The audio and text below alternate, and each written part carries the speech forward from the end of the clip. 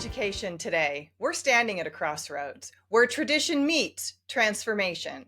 The old models of teaching, leading, and belonging are shifting. And the question now becomes, how do we honor what's been while courageously shaping what's next? Welcome to Think Forward with Rose, where we explore the conversations that move people and institutions toward deeper insight and lasting change. I'm your host, Rosemarie Sloan, an educator and coach passionate about helping leaders and learners create inclusive spaces that elevate purpose, belonging, and growth. My guest today is Dr. Ashley Knight, Interim Dean of Liberal Arts at Oakton College, a seasoned higher education leader whose work reflects both intellectual rigor and a deep care for people. Together, we'll explore the art of leading in transition, aligning decisions to mission and values, and what it means to guide a college community through change with both steadiness and heart. So let's think forward and imagine what's possible when leaders and leadership begins to listen. Whether you're navigating your own leadership journey or supporting others through change, this conversation is for anyone who believes that leading forward starts with leading from the heart. Hi, Ashley. How are you? Hi, Rose. Great to see you. It's great to see you too. And this conversation speaks to me. You and I have talked about the importance of truly listening and listening for understanding, listening with empathy, with our hearts first, recognizing that we work with people. Students are people. And then we work with colleagues who are people first. So you have learned this along the way. So there's been someone or something on your journey that has shaped your leadership for believing so strongly in this principle, this philosophy. So, what experience has that been, or who has it been? Yeah, that's a great question.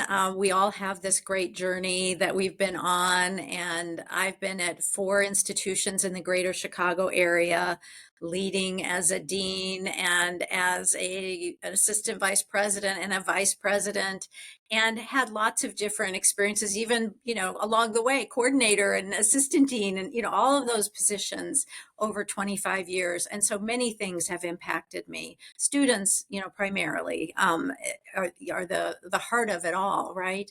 But I think about a specific person, a mentor, Dr. Joan Kindle. She was at Harper College when I was there, and she went on to work in the Eastern Iowa Community College District. And one of the things that really stood out for me is that she is someone who really looked for talent in her team. And she had a different way of going about it, I think. She fell within the lines of what we're expected to do when we hire people, but she was always looking for that je ne sais quoi in a person, that something special, that uniqueness that somebody brings forward. And she just had a way of saying, that's the right person. We want to bring that person to our campus. And so that really impacted me over many years. Some of the things that she taught me on how to find and place and mentor and lead were from those years that I worked with her at Harper College. And I took a lot of those lessons along the way and still use many of them.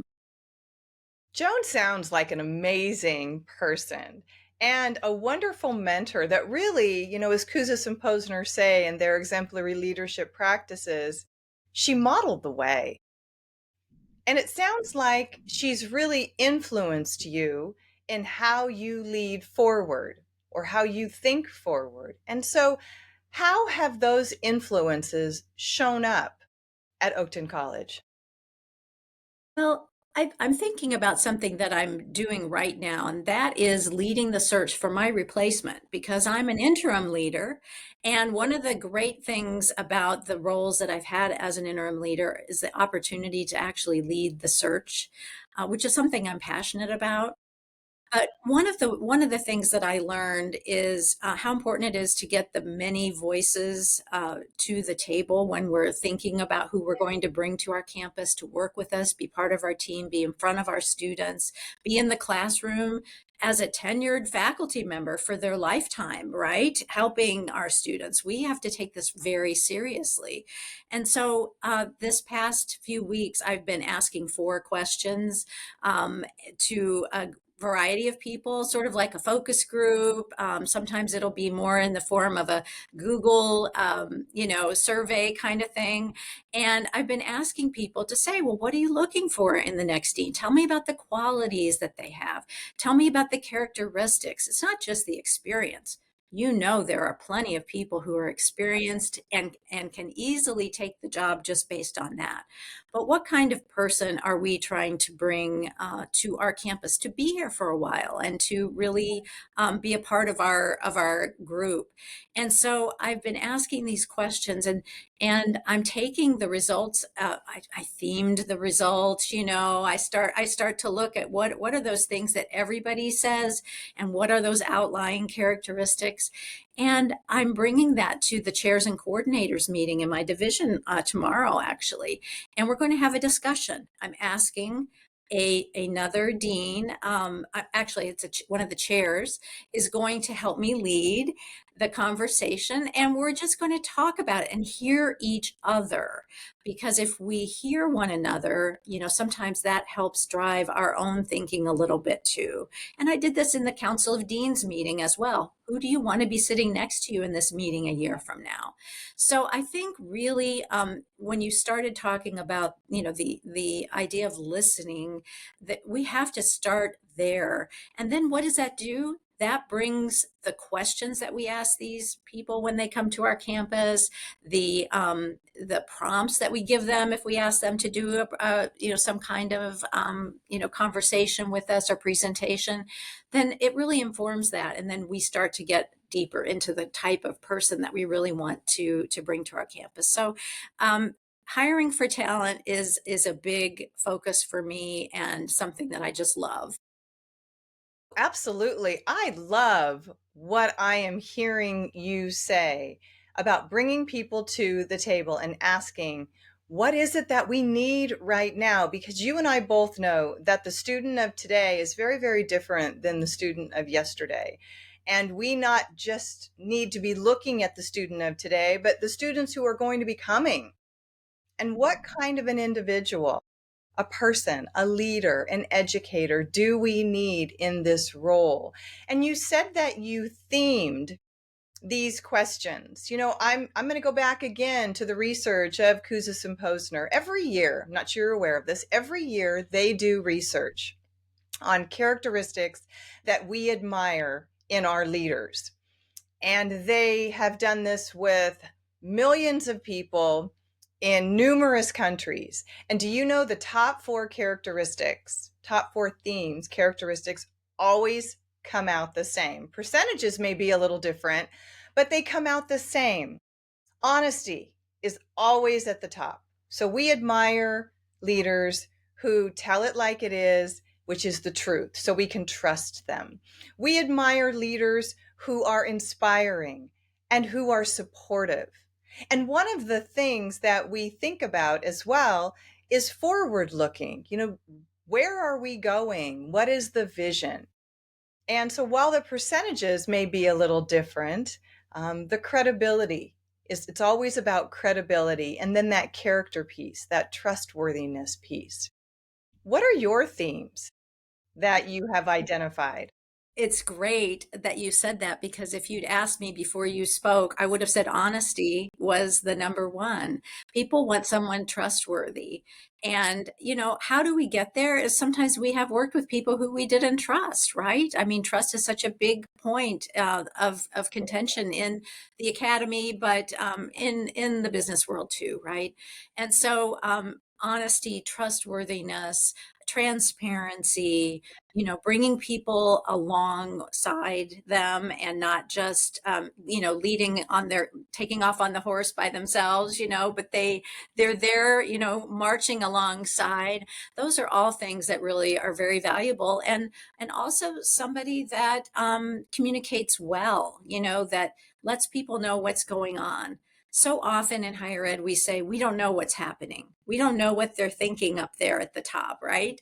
And so how does a leader communicate? And you have to communicate in a way, to really be effective, to tell them why you're doing things, updates, quick little updates. This is where we are on things. My agenda for the chairs and coordinators tomorrow is just, really what's going on with the search, what's going on with changing chairs and coordinators next year, just some of the practical things that people want to know about.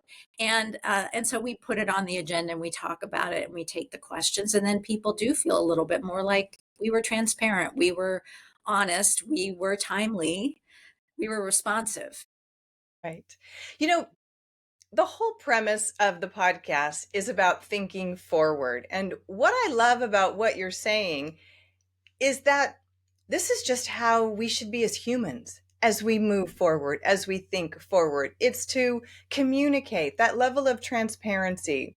Brene Brown does a lot of work around being transparent and keeping in the vault what needs to be kept in the vault. So I'm sure there are some things that you don't have permission to share right now. And so you don't. But those things that we do have permission to share and should be sharing, we need to be transparent about that, because that's how we build trust. And so while what you're saying is not new, it's really encouraging to see it modeled. And I am sure that people who are coming to the table and having a voice are just deeply appreciative of this opportunity to feel heard. They may not get everything they want, but we're just having a voice. And I think that is so important. Well, it's funny that you say that because, one of the difficult parts of being a leader is sometimes we have to take people through some kind of correctional or disciplinary process. Sometimes they're small things, sometimes they're bigger things, and that is part of our job. And of course, I've also worked with students and having to bring them through the same thing, and the same principles apply. But I was working with a faculty member who I said, well, how is this, going for you, this experience? And he said, I feel really supported. And I walked out of that conference room feeling like I had done my job, because this is a person who's being evaluated in a way that, doesn't feel great. But I kept him at the center of my process. I follow the process. I listen to, what the others have said, the people that have experienced some kind of harm or hurt. But then just talk about that. This is what your behavior did to impact someone else. And yet, through all of that, someone in that situation could say, I feel supported. Well, then I know that we're doing it right. I'm going right back to how I introduced you and where we started, really how we lead with heart. You recognize that this person is a person, and yet they need to be reminded of something, or they need to be aware of a behavior that could be either causing hurt or harm, but we also don't want to do that back. We don't want to cause somebody hurt or harm, at least not intentionally. And if we have, owning up to that and figuring out our way through. I want to shift a little bit because you mentioned that you are in an interim role. And I really believe that this whole leadership interim piece is really an art. And if you look across any of our college campuses, you will find several in that interim role. And so I believe that interim leadership often requires holding space for continuity, but change at the same time. So, how do you approach that balance? Well, I like to look at it as a sprint and not a marathon.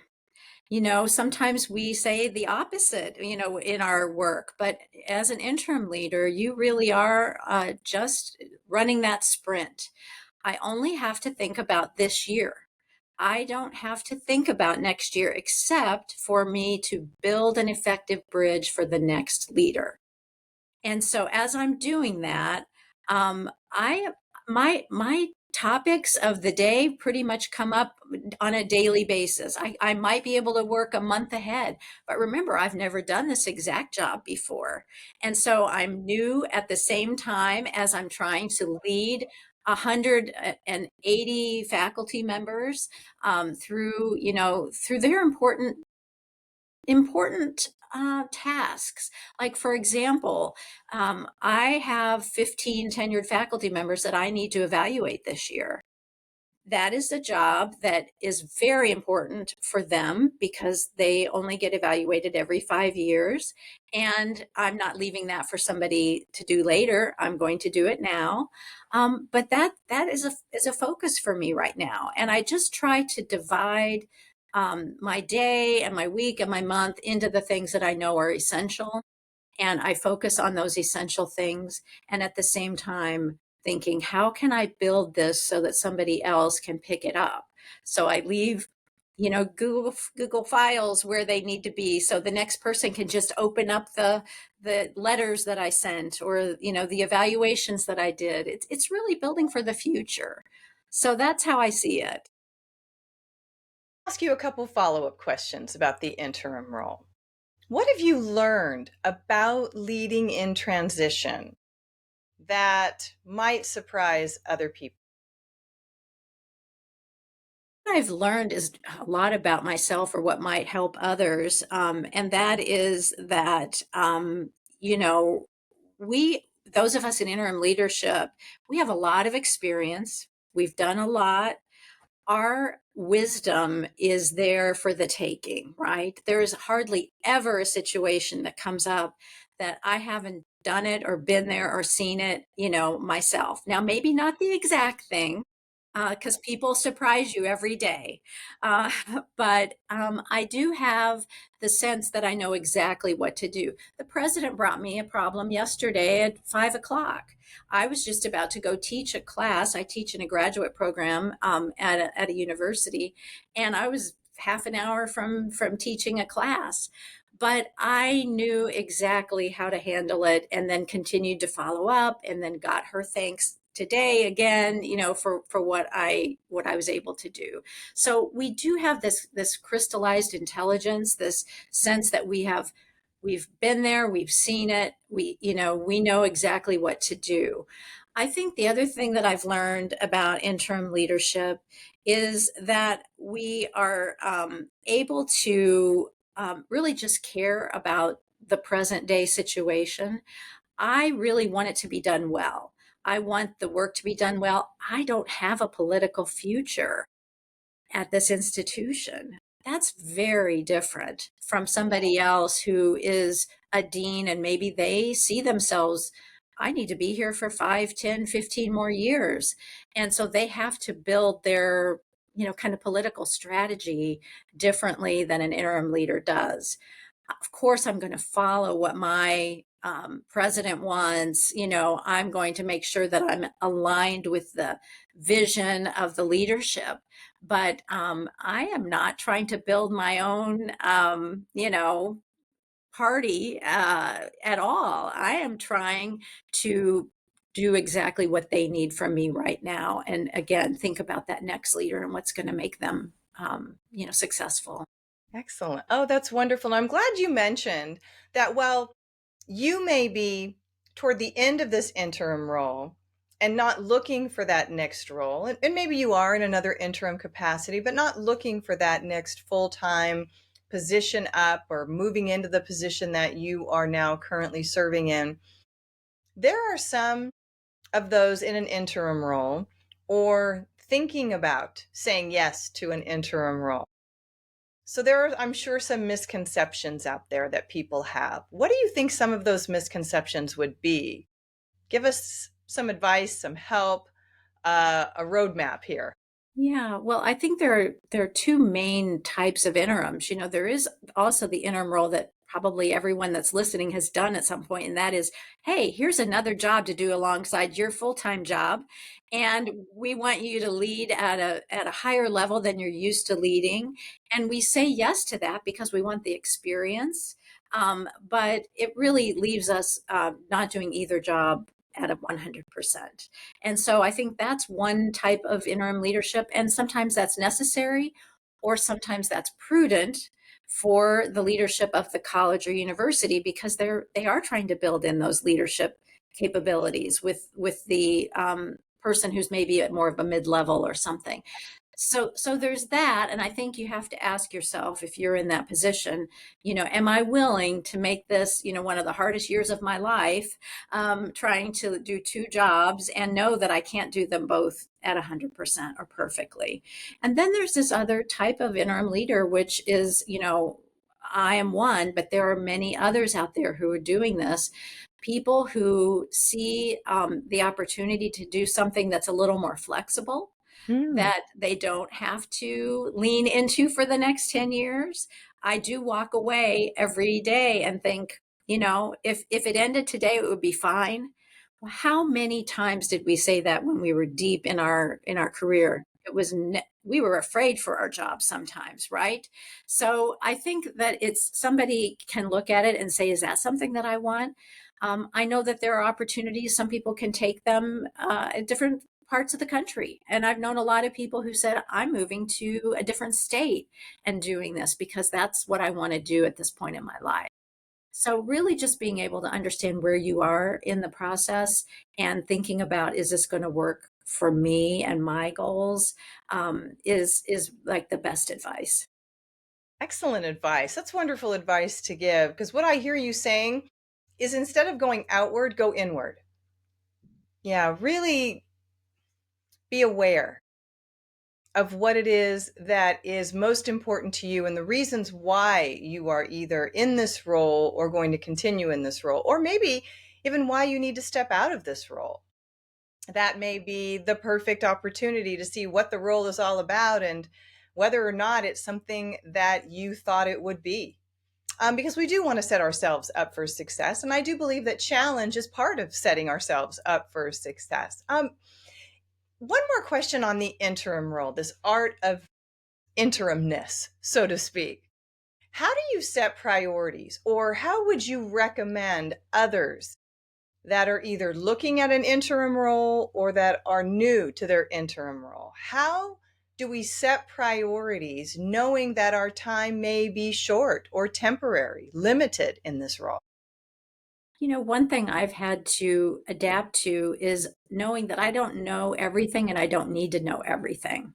And that is a different feeling than when let's say you're put into the dean role. Well, I've got to learn all of this. I have to learn all the departments. I have to read their program reviews. I have to, really go to every meeting. So I think that, that's different for an interim leader. Is you have to decide, just like you said, what are my priorities? And sometimes I joke and just say I'm keeping the trains running. I do that, because everybody has to get paid. Everybody has to be evaluated.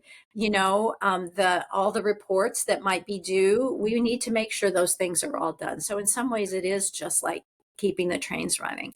The other priority, and this goes back to our initial connection, is the people, and that it is one person at a time that we do this work.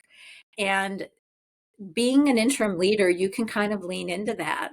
Realize that you're not going to know all 180 of those faculty members, but there are some people that are going to be special to you. And I've already met those people, who've become special to me for some reason.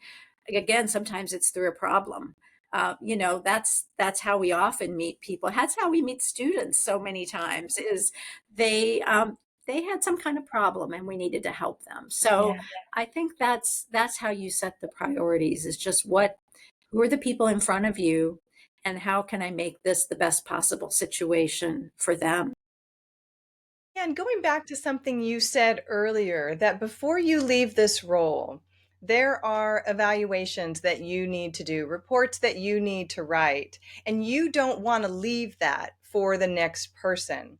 And I'm sure the next person coming in is not going to have the level of awareness, knowledge, or experience with those that you're evaluating. So the people that you're evaluating, I'm sure, are so grateful that you're going to be the one who is making this a priority to write their evaluation, because it'll be real, based on knowledge, based on behavior that's been observed, or completion of task. So you'll be able to have firsthand knowledge of that. And if I were a faculty member, I would definitely want someone in that capacity writing my evaluation, someone who knew me. You spoke about the student, about sometimes we get to know students based on a behavior that we need to address and where that can lead. So let's talk about the student for a moment and how we align the decisions we make with the mission that we have. We talk about student success. We're student centered.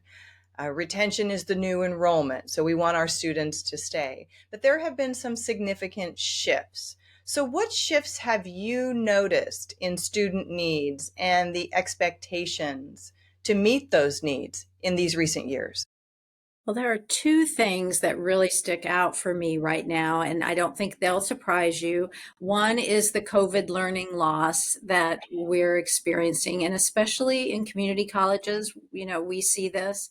And when I talk to people who are really smart about this, they say we're going to have this for the next 10 years. That there was really an impact on what happened during that time. And so classrooms have to change and teaching has to change. And faculty members who maybe have been doing something the same way for 25 years may have to learn some new skills. And so how do we, provide training and opportunities for faculty to get in there and learn more about what today's student needs, to bring them up, to where they need to be and to be able to move forward. So I think having, mentoring programs, that's kind of a big, broad word for what I mean, but having other faculty lead other faculty in what are the best practices in the classroom right now, I think that's one of the things that we really need to be doing. And then the second idea that I think is really impacting students is AI. And, I work in the liberal arts, and many faculty in the liberal arts are very concerned about the idea of machine learning taking away from the thoughtfulness that comes from studying philosophy or writing about it, or to learning about history. And so I can acknowledge that and I can see how valuable of a perspective that is, but I also see just how it's taking off and how something like 85% of students, college students, are using AI now. So we can't, really put our head in the sand and act like it's not happening. So it's taking new strategies for us to really get to where the student is and understand what the student is bringing. For example, I learned today in a meeting I was in that students really are using AI to write some of their application materials, and then they're being discovered right away that it was an AI written application. And then they meet the college by having a student conduct process at the very beginning of their college time. So, how do we adapt to that? As someone who is in the classroom myself, I've had an AI statement in my syllabus for a couple of years, but it's changing every day. How I approach it and how I want to make sure my students know what I believe about AI. Very important for faculty to be able to start to articulate that themselves and have Yeah, their own perspective. So yeah. those are two things that are really, really shifting things in higher education right now, and impacting both sides, the students and the faculty. This peer-to-peer learning, I mean, you pretty much said what I believe, where tradition meets transformation. what does it mean to be an educated person in today's world? And so, how are we identifying that, working together peer to peer to make sure that the student experience, regardless of department, regardless of discipline, is going to be positive, is going to meet them where they are? I mean, you're right. There are a lot of faculty members, a lot of leaders that are kind of dug in, that are slower to change. But we need to address the wonderful tradition part and then how we're going to transform. And COVID did teach us a lot about that. It forced all of us to think about why we do what we do and what are we going back to and what did we learn from COVID that we can now move forward and continue to evolve, not just as people, but as colleges, as a country, as a world. What can we do? And we learned that we're more connected than we thought we were. The other piece that I really liked you talking about is AI. There's no conversation that I have on this podcast that doesn't talk about AI in one capacity. And so I'd like to follow up with this because there will be some students who are listening. There will be some of those advisors or people that are reviewing those applications that see some of this AI generated material. As we move forward, what should we be looking for? What are our ahas, our alerts to help educate adult learners, you know, our faculty members, our advisors? So what should we be looking for? I think about a conversation I had with one of the English faculty in my division, and he said he is just overwhelmed with how to recreate his curriculum this year because he needs to adapt. He feels he needs to adapt his curriculum to AI. And so he's putting more and more assignments in the classroom so that students are writing less on their computers and more by hand. Who would have thought that we would have been there? But that is one of the things, is how do we bring learning into the classroom so that it's observed and so that we can verify where it came from? The other thing is modeling. We used that word earlier, but modeling how we talk about AI. When we use AI ourselves, are we giving credit? Are we citing it? And so I tell my students that I teach, I want you to cite it, and this is how you cite Chat GPT. And I give them the exact way to do it in APA style. And so I think, continuing to find ways to do that, to model the behavior that we expect. I do expect my students to use AI. So I'm talking about it, and I'm giving them ethical ways that they can use AI in the classroom, things that are acceptable while still saying, and here are the things that aren't acceptable and that would be an academic integrity violation. So I think those are the kinds of things that we all just need to lean into right now, learn as much as we can about it ourselves, see where there are ethical concerns and talk about them openly. Oh, I love that. That is a truly thinking forward moment that we just experienced there, recognizing that AI isn't going away, that it is being used by a lot of us, not just students at a on a college campus. But then how do we recognize and give credit to the AI use that we are using? And then how can we take ourselves out of that and just be present in the moment and give our own thoughts as opposed to allowing somebody else to generate those thoughts for us? So there's a time and a place for it, and being able to recognize that.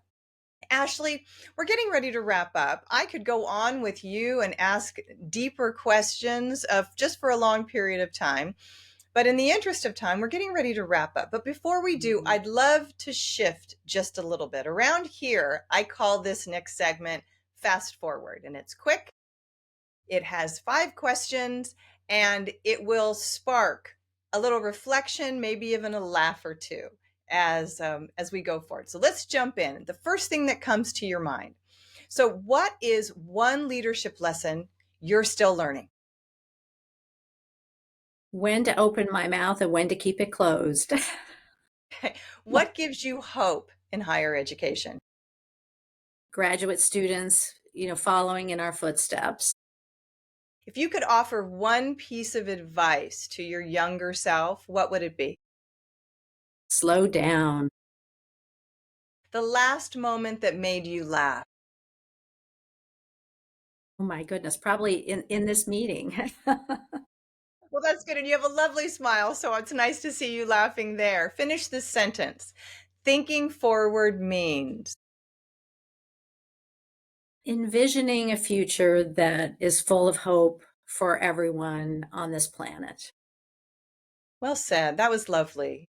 Well, Dr. Knight, Ashley, thank you for bringing us your wisdom, your smile, your warmth, definitely your honesty throughout this conversation, for reminding all of us that leadership in higher education isn't just about managing change, but it's about humanizing ourselves and humanizing in the process. And to my listeners, I hope today sparked reflection in your own leadership journey, how we can all think forward by creating spaces where new voices are heard, where tradition and transformation work hand in hand. This has been Think Forward with Rose. Subscribe so you never miss an episode, share it with a colleague or a friend, and keep the conversation going.